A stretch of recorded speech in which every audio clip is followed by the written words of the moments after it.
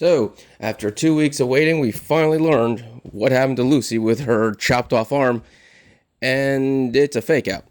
Uh, so she apparently switched places with Gemini. Of course, she didn't realize this because Horologian is one who did the switching.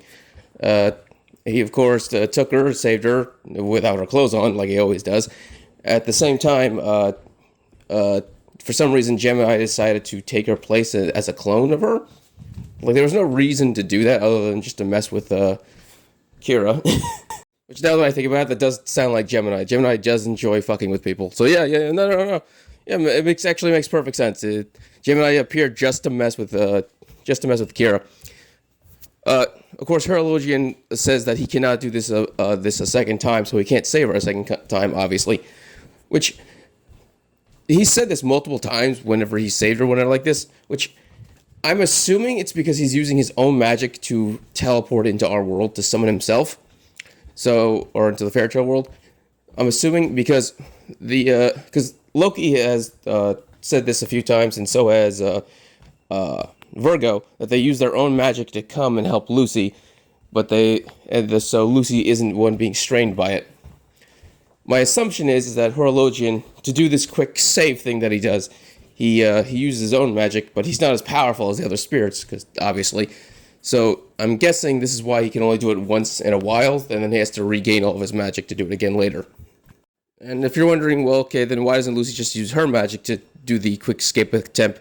Well, it wouldn't really be an escape attempt because she would, that in a split second, because she would have to take out the key, activate the key, and then it would take her away. This is why she can't just use this herself. He has to have Horologian save her on her own.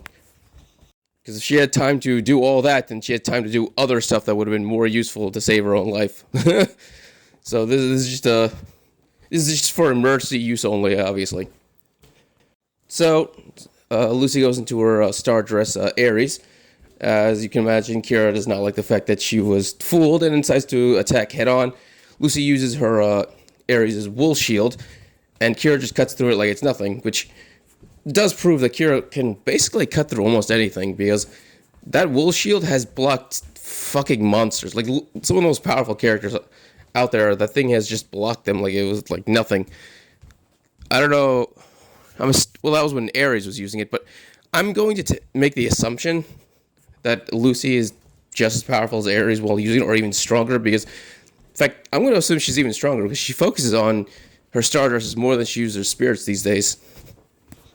So basically, Kira's ability is just the ability to cancel out other spells, basically, just to cut through them and get it over with. It's kind of like anti-magic, but obviously it's not, because I'm assuming there has to be a limit. So because the wool shield does not work, Kira just starts to shred Lucy all over, just rips her to shreds. She's just covered in blood by the time she's done. And then, of course, she tries to do a finishing move again to basically cut Lucy in half this time again, but this time for real. And Laxus just used himself as a shield to block the attack. So Kira then's like, "What? No, that's not possible. I broke your will. You shouldn't be able to resist me. You should be an obedient pet." And Laxus is like, "I can't let you kill my guildmate. That's just not gonna happen." Which, yeah, that's been Laxus's mindset ever since he got banned and then came back. He's always been like that. He's like, "I must protect Fairy Tail. Fairy Tail is my family." So this makes perfect sense that he would do it. He would put his body on the line to save her after, since he also thought Lucy was, killed or dismembered. So it makes sense that he somewhat snapped out of it. He still isn't willing to fight Kira.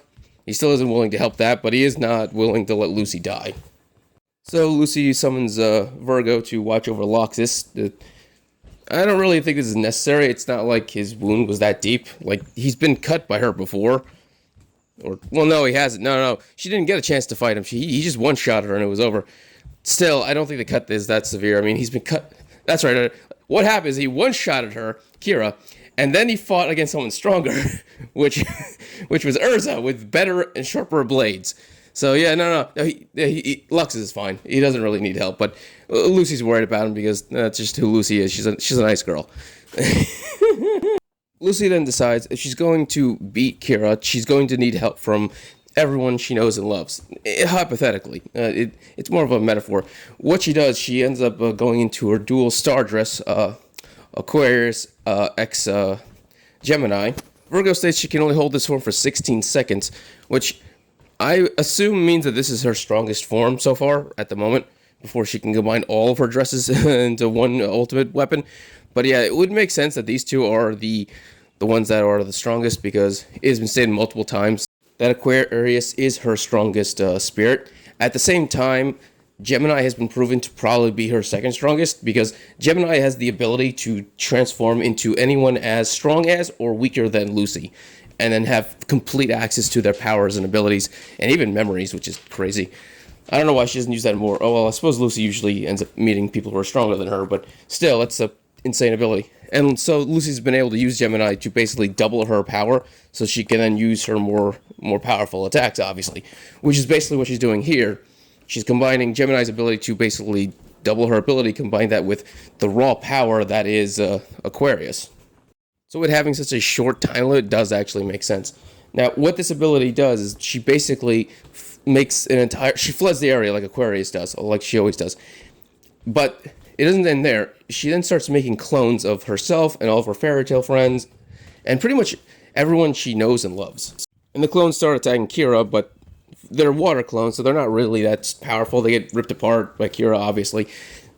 For the most part, it's more of a distraction to hold Kira in place, so she can surround her with two other celestial spirit users, Yuki and I was about to say princess, but she's actually queen now, Queen Hisu. And because they're all celestial spirit users, I'm going to make the assumption that Lucy just nuked her with Starlight, because that's what I'm assuming this is, because she only used the other non-celestial users as just a fodder to be as a distraction and to lead Kira into a trap.